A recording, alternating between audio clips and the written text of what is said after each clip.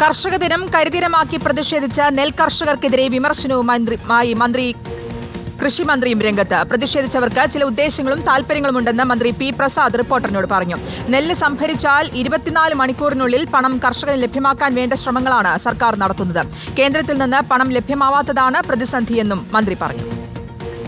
വളരെ വേഗത്തിൽ കർഷകർക്ക് ഈ പണം നൽകുന്ന നടപടികൾ സ്വീകരിക്കും എന്നാണ് ധനകാര്യ വകുപ്പും എല്ലാം അതിൻ്റെ ഭാഗമായി അറിയിച്ചിട്ടുള്ളത്. കഴിഞ്ഞ ദിവസം തന്നെ ഇന്നലെ തന്നെ 98 കോടിയോളം രൂപ ഇതിൻ്റെ ഭാഗമായി അനുവദിച്ചിട്ടുണ്ട്. ബാക്കി തുക കൂടി ഓണത്തിന് മുൻപ് തന്നെ ലഭ്യമാക്കുന്നതിനുള്ള ഒരു നടപടികളിലാണ്. ഞങ്ങൾ പറയുന്നത് കർഷകരിൽ നിന്ന് നെല്ല് സംഭരിച്ചാൽ 24 മണിക്കൂറിനകം അവർക്ക് പണം കൊടുക്കാൻ കഴിയണമെന്നാണ്. പ്രതിഷേധിക്കാൻ ഏതൊരാൾക്കും അവകാശമുണ്ട്.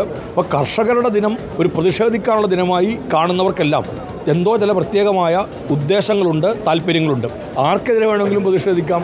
വകുപ്പിനെതിരെ, മന്ത്രിസഭയ്ക്കെതിരെ, മന്ത്രിക്കെതിരെയൊക്കെയുള്ള പ്രതിഷേധങ്ങൾ സ്വാഭാവികമായി ഉണ്ടാവാറുണ്ട്. പക്ഷേ കർഷക ദിനത്തിൻ്റെ അന്ന് മൂക്ക് മുറിച്ചും ശകനം മുടക്കും എന്നുള്ള ഇടത്തിലേക്ക് രംഗത്തിറങ്ങുന്നത് നല്ലതാണോ എന്ന് ബന്ധപ്പെട്ട ആളുകൾ ആലോചിക്കേണ്ടതുണ്ട്. ദിലീപ് ദേവസ്യയുടെ വിശദാംശങ്ങൾ നൽകാൻ. ദിലീപ് ദേവസ്യ, നെൽകർഷക അവരുടെ ബുദ്ധിമുട്ട് ചൂണ്ടിക്കാണിക്കാനാണ് ഇങ്ങനെ ഒരു പ്രതിഷേധവുമായി രംഗത്തെത്തുന്നത്. ഇതിപ്പോൾ ഒരു പരിഹാസ രൂപേണയാണ് മന്ത്രിയുടെ പ്രതികരണം. മന്ത്രി എന്താണ് ഇക്കാര്യത്തിൽ പറഞ്ഞത്?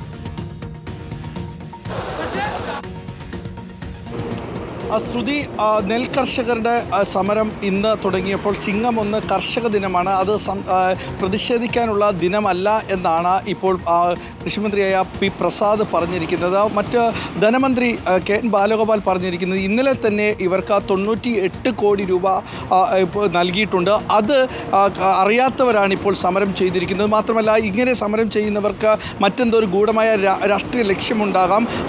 ഈ തിരഞ്ഞെടുപ്പ്, അതായത് തദ്ദേശ തിരഞ്ഞെടുപ്പ് വരികയാണ്. കേന്ദ്ര സർക്കാർ നൽകേണ്ട പണം ഇതുവരെയും നൽകുകയും ചെയ്തിട്ടില്ല. അങ്ങനെ കേന്ദ്ര സർക്കാരിനെതിരെയല്ല സമരം ചെയ്യുന്നത്, പകരം സംസ്ഥാന സർക്കാരിനെതിരെയാണ്. സംസ്ഥാന സർക്കാർ ഇപ്പോഴും പറയുന്നത് കേന്ദ്ര സർക്കാർ പണം തരാനുണ്ട് എന്നുള്ളത്. 1400 കോടി രൂപയാണ് തരാൻ. ഔദാര്യമല്ല കേന്ദ്രത്തോട് ചോദിക്കുന്നത്, അവകാശമാണ്. പക്ഷേ ഇതുവരെയും ആ പണം ലഭിച്ചിട്ടില്ല. ആ പണം ലഭിക്കുന്നതിന് മുമ്പ് തന്നെ ഈ സംസ്ഥാന സർക്കാർ ബാങ്കുകളിൽ നിന്ന് വായ്പ എടുത്തുകൊണ്ട് കർഷകർക്ക് പണം നൽകുകയും ചെയ്തിട്ടുണ്ട്. ഈ ഓണത്തിന് മുൻപ് തന്നെ ബാക്കി പണങ്ങളടക്കം നൽകുമെന്നുള്ള കാര്യമാണ് ഇപ്പോൾ ധനമന്ത്രി അടക്കം പറയുകയും ചെയ്തത്. ഇതിനെക്കുറിച്ച് പി പ്രസാദ്, അതായത് ഇന്ന് കർഷകർ സമരത്തിന് ഇറങ്ങിയത് ഒട്ടും ഔചിത്യമായ നടപടിയല്ല. കാരണം ഇന്ന് ചിങ്ങം 1 കർഷകരുടെ ദിനമാണ്. ഈ ദിവസത്തിൽ തിരഞ്ഞെടുത്തത് ഔചിത്യമല്ല എന്നാൽ ഇതിന് ചില ലക്ഷ്യങ്ങളുണ്ട് ദിലീപ് ദേവസ്യാണ് വിശദാംശങ്ങൾ നൽകിയത്.